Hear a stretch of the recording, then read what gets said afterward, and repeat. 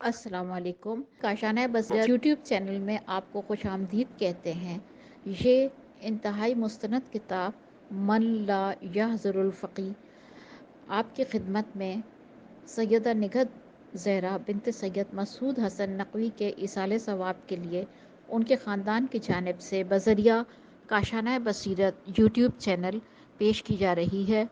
آپ سے گزارش ہے کہ آپ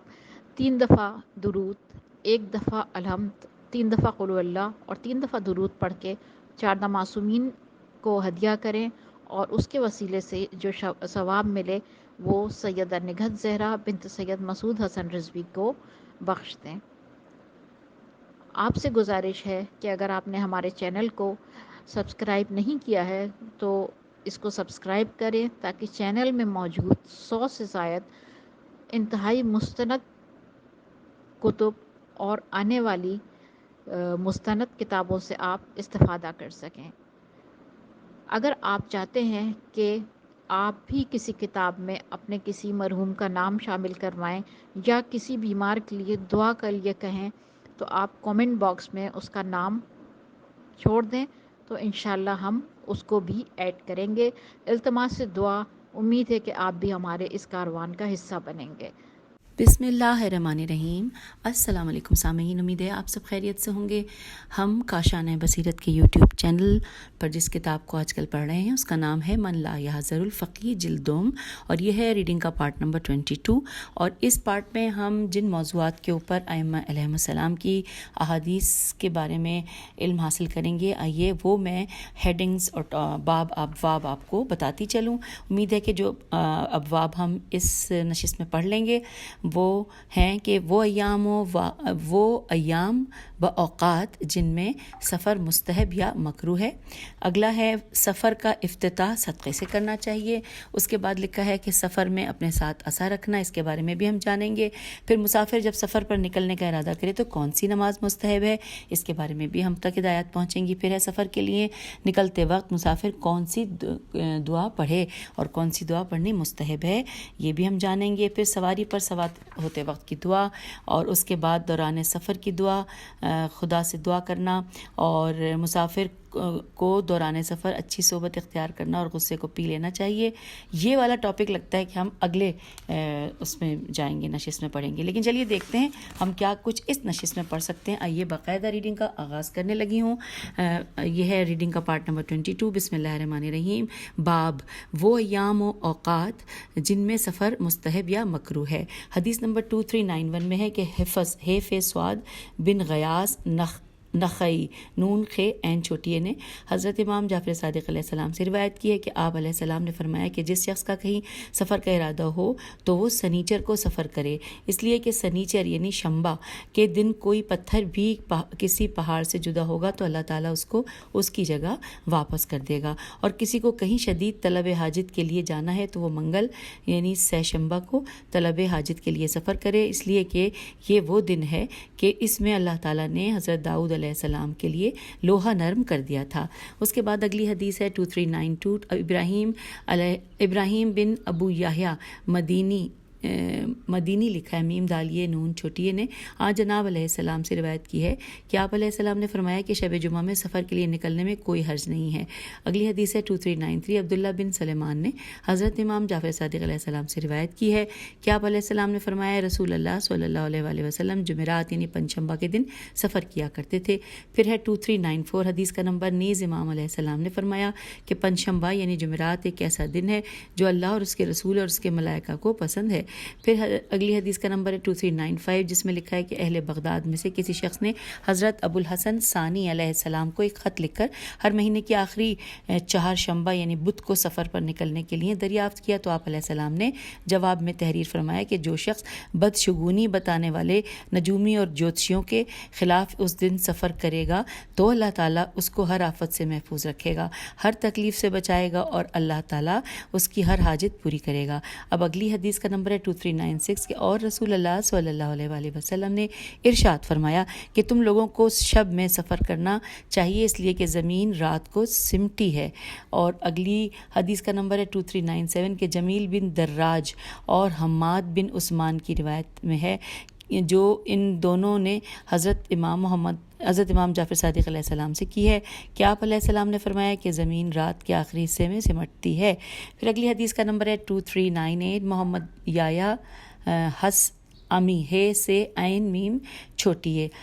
نے جناب علیہ السلام سے روایت کی ہے کہ آپ علیہ السلام نے فرمایا کہ جمعے کے دن کسی حاجت کے لیے سفر پر نہ نکلو، جب سنیچر کا دن آ جائے اور آفتاب طالع ہو جائے تو اپنی حاجت کے لیے نکلو۔ اور اب اگلی حدیث ہے 2399، ابو ایوب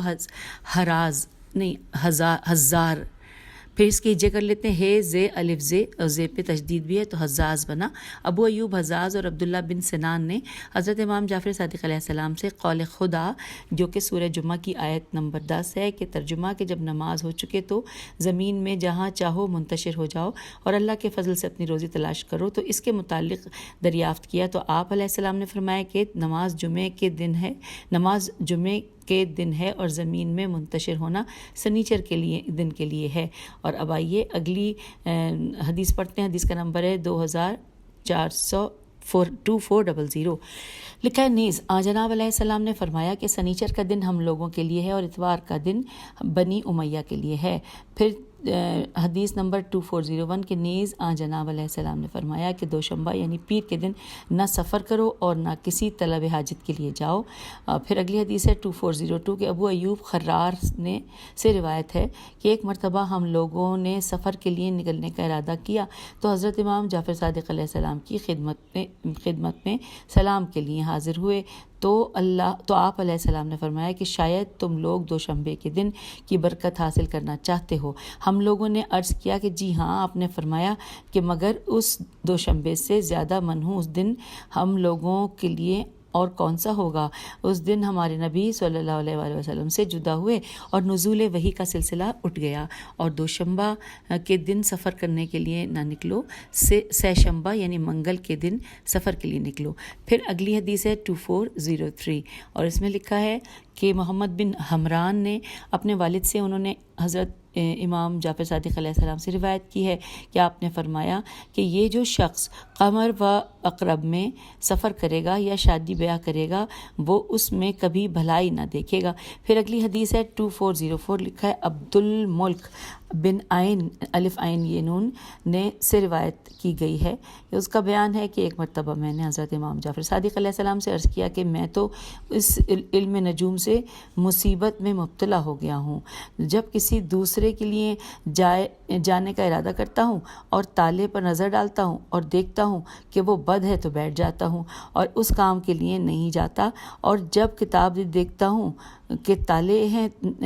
تالے نیک ہے تو ضرورت کے لیے جاتا ہوں۔ پھر آپ علیہ السلام نے فرمایا کہ وہ حاجت ہو جاتی ہے تو میں نے عرض کیا جی ہاں۔ آپ علیہ السلام نے فرمایا کہ پھر بھی تم اپنے علم نجوم کتابیں جلا دو۔ اچھا یہاں لکھا ہے پھر بھی تم اپنی کتابیں جلا دو، اور یہاں درمیان میں کتابیں جلا دو سے پہلے لکھا ہے علم نجوم کی۔ اور اب اگلی حدیث ہے 2405، سلیمان بن جعفر جعفری نے حضرت ابو الحسن امام موسیٰ بن جعفر علیہ السلام سے روایت کی ہے کہ مسافر کے لیے راستے میں 6 بدشگونیاں ہیں۔ نمبر 1، مسافر کے داہنے جانب کو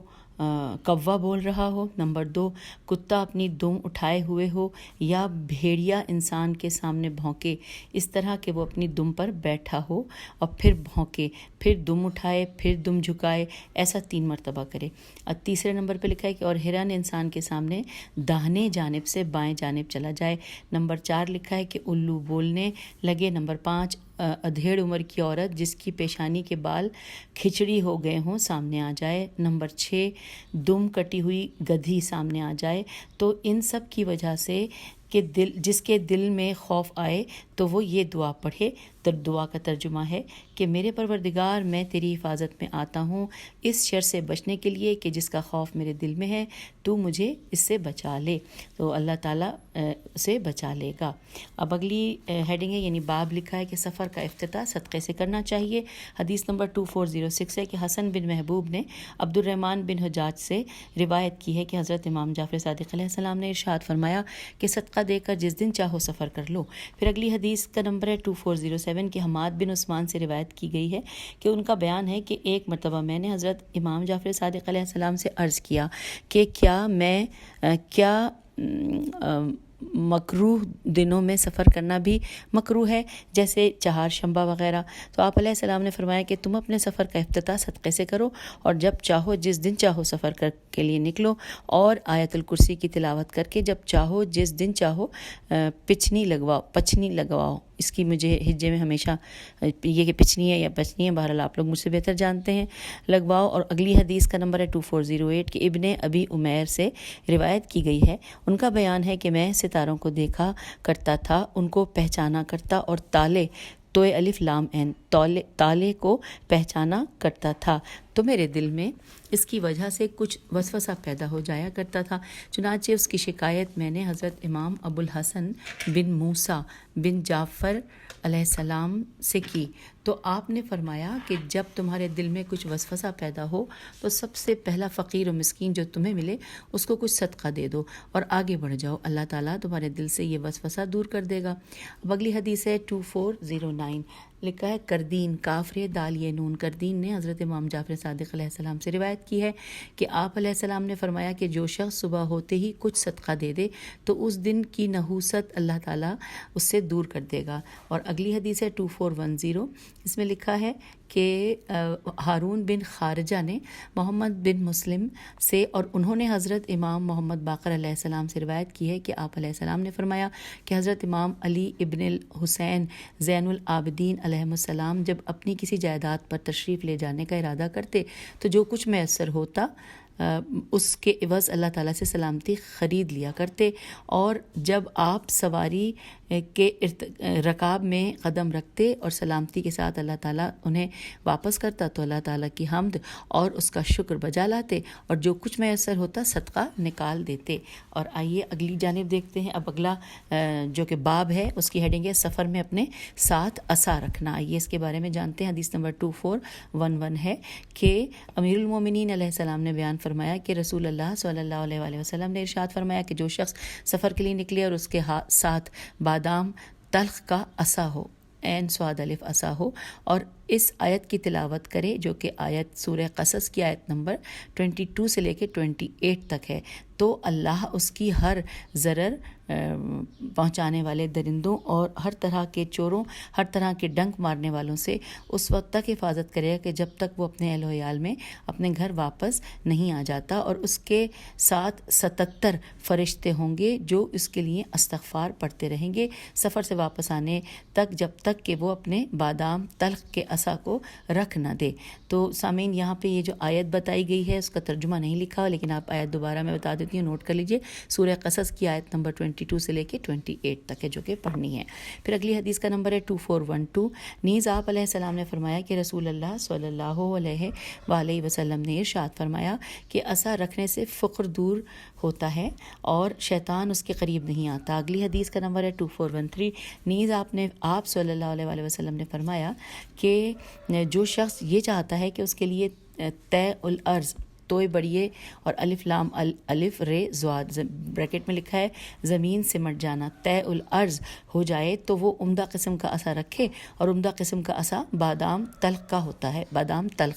ہوتا ہے۔ اور اب اگلی حدیث ہے 2414، نیز آپ صلی اللہ علیہ وآلہ وسلم نے فرمایا کہ تم لوگ اپنے ساتھ عصا رکھا کرو، اس لیے کہ یہ میرے برادر انبیاء کی سنت ہے، اور بنی اسرائیل میں تو ہر چھوٹا بڑا شخص عصا ٹیک کر چلتا تھا تاکہ چلنے میں قدم نہ لڑکھڑائے۔ اور اب اگلا باب ہے مسافر جب سفر پر نکلنے کا ارادہ کرے تو کون سی نماز مستحب ہے، یہ ہیڈنگ ہے۔ اور آئیے اس کے بارے میں جو حدیث ہیں وہ ہم پڑھتے ہیں، بلکہ ایک ہی حدیث ہے، وہ ہے 2415 نمبر حدیث کا کہ رسول اللہ صلی اللہ علیہ وآلہ وسلم نے ارشاد فرمایا کہ انسان جب سفر کے لیے گھر سے نکلنے کا ارادہ کرے تو اپنے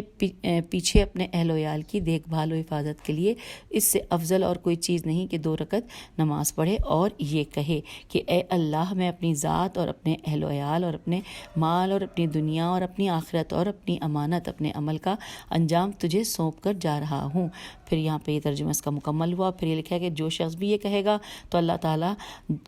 جو وہ مانگے دے گا۔ اور یہاں پر ساتھ حوالہ ہے، کلینی نے اپنی اسناد کے ساتھ سکونی سین کاف واو نون چھوٹی ہے سکونی سے، اور جلد نمبر 4 جس کا صفحہ نمبر 283 پر روایت کی ہے، اور شیخ نے تہذیب میں۔ پھر لکھا ہے کہ انشاءاللہ اس کتاب میں باب سیاق من مناسک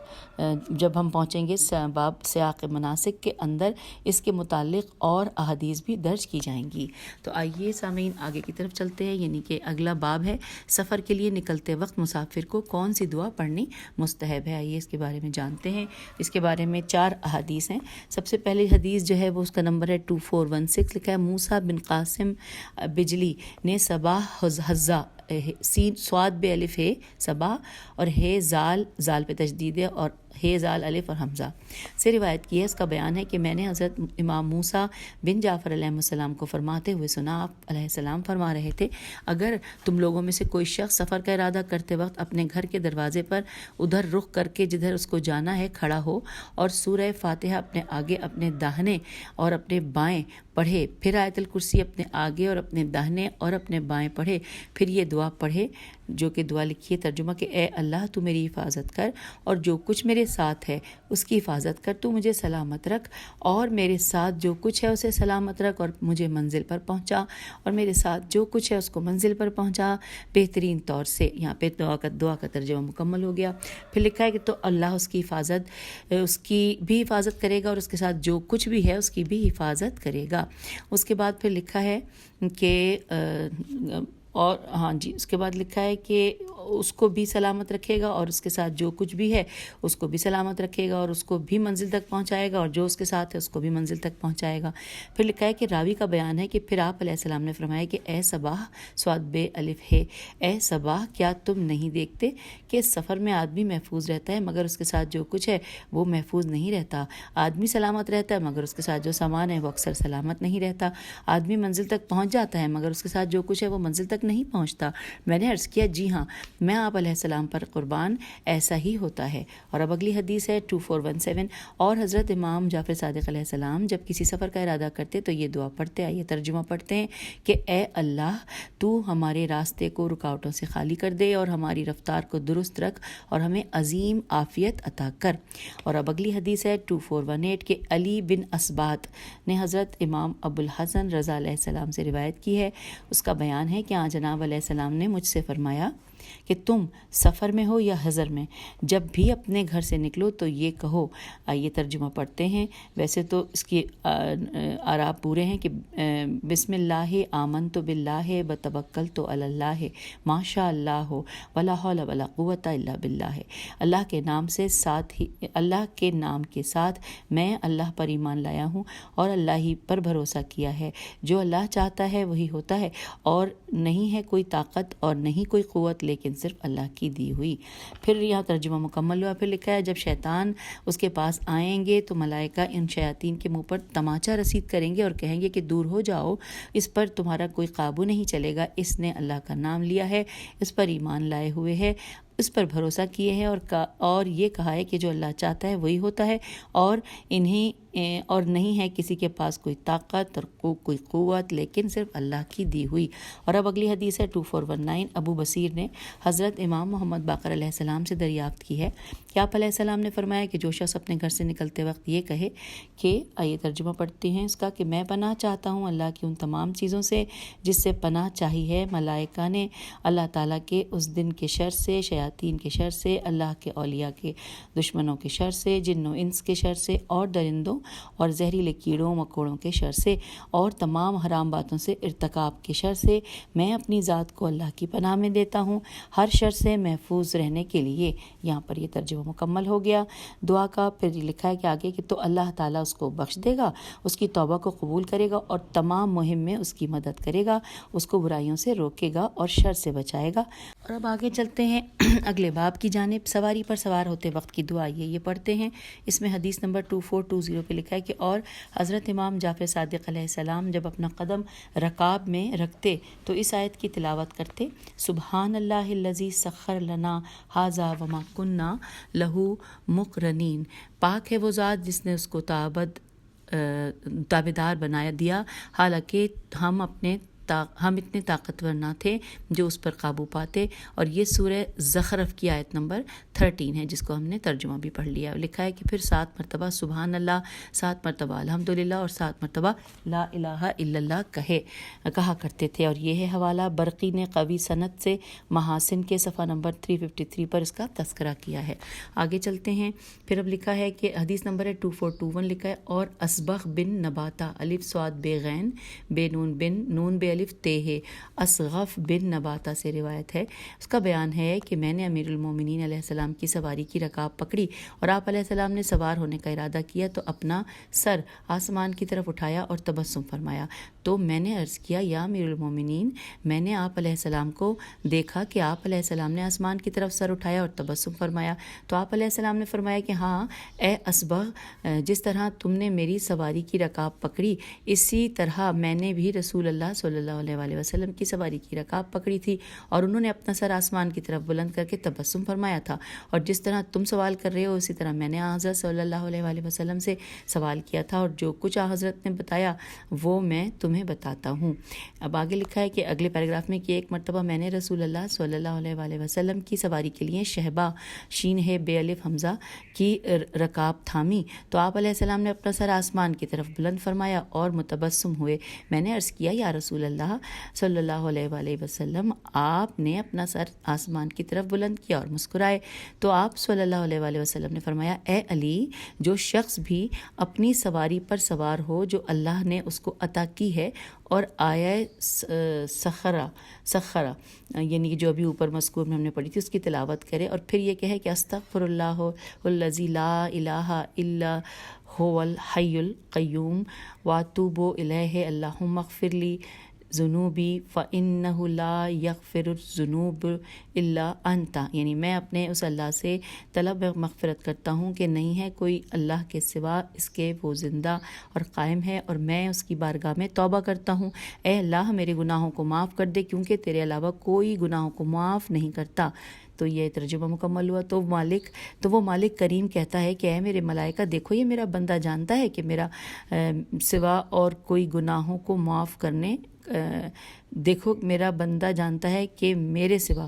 کوئی گناہوں کو معاف نہیں کرتا. تو اب تم لوگ گواہ رہنا کہ میں نے اس بندے کے گناہ معاف کر دیے. یہاں پہ یہ باب مکمل ہوا. اگلا باب ہے دوران سفر ذکر خدا اور دعا. اس کے حوالے سے یہاں پر 3 احادیث ہیں، آئیے مل کر پڑھتے ہیں. سب سے پہلے حدیث نمبر 2422 ہے. معاویہ بن عمار نے حضرت امام جعفر صادق علیہ السلام سے روایت کی ہے کہ آپ علیہ السلام نے فرمایا رسول اللہ صلی اللہ علیہ وسلم جب اپنے سفر کے دوران سواری سے اترتے تو سبحان اللہ کہتے اور جب سوار ہوتے تو اللہ اکبر کہتے. اگلی حدیث ہے 2423 کہ عین لام الف حمزہ نے ابو عبیدہ سے اور انہوں نے ان دونوں ائمہ علیہم السلام میں سے کسی ایک سے روایت کی ہے کہ جناب علیہ السلام نے فرمایا کہ جب تم کسی سفر میں ہو تو یہ کہو. یہ ترجمہ پڑھتے ہیں کہ اے اللہ تو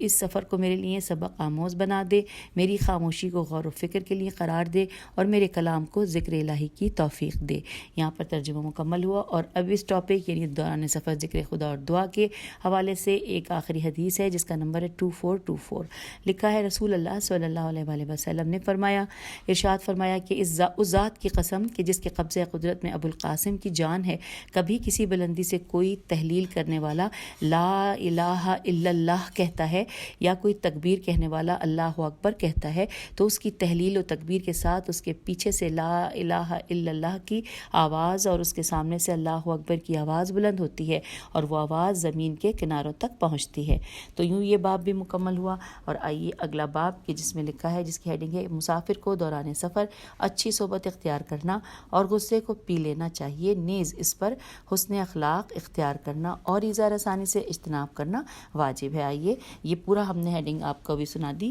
اور اب ہم اس میں جو 4 احادیث دی ہوئی ہیں ان کو مل کر پڑھتے ہیں. اس حوالے سے لکھا ہے ابل ربی شامی نام ہے، ان سے روایت ہے کہ اس کا بیان ہے کہ ایک مرتبہ ہم لوگ حضرت امام جعفر صادق علیہ السلام کے پاس بیٹھے ہوئے تھے اور پورا گھر آدمیوں سے بھرا ہوا تھا. آپ علیہ السلام نے فرمایا کہ وہ شخص جو اپنے ہم صحبت کے ساتھ اچھی مصاحبت نہ کرے، اپنے رفیق کے ساتھ بہترین رفاقت نہ کرے اپنے شریک خورد و نوش کے ساتھ مناسب طور پر خورد و نوش نہ کرے اور اپنی مخالفت کرنے والے کے ساتھ اچھے انداز سے مخالفت نہ کرے، وہ ہم میں سے نہیں ہے۔ اور اب اگلی حدیث ہے 2426۔ صفوان جمال نے حضرت امام جعفر صادق علیہ السلام سے روایت کی ہے کہ آپ علیہ السلام نے فرمایا، میرے پدر بزرگوار علیہ السلام فرمایا کرتے تھے کہ اگر کسی شخص میں یہ 3 صفتیں نہیں تو خواہ وہ اس بیت اللہ کی طرف رخ کر کے عبادت کرتا ہو، ہمارے نزدیک اس کا کوئی وزن نہیں۔ پہلے یہ کہ اس میں ایسا خلق ہو کہ وہ اپنے ساتھی کے ساتھ اخلاق سے پیش آئے، دوسرے اتنا حلم ہو کہ اپنے غصے پر قابو پالے، اور تیسرے اس میں اتنی پرہیزگاری ہو کہ جو اس کو ان باتوں سے روک سکے جنہیں اللہ تعالیٰ نے حرام کیا ہے۔ اب اگلی حدیث پڑھتے ہیں 2427۔ اور حضرت امام جعفر صادق علیہ السلام نے ارشاد فرمایا کہ یہ مربت نہیں ہے کہ انسان کو سفر میں جو کچھ بھلا برا پیش آئے لوگوں سے بیان کرتا پھرے،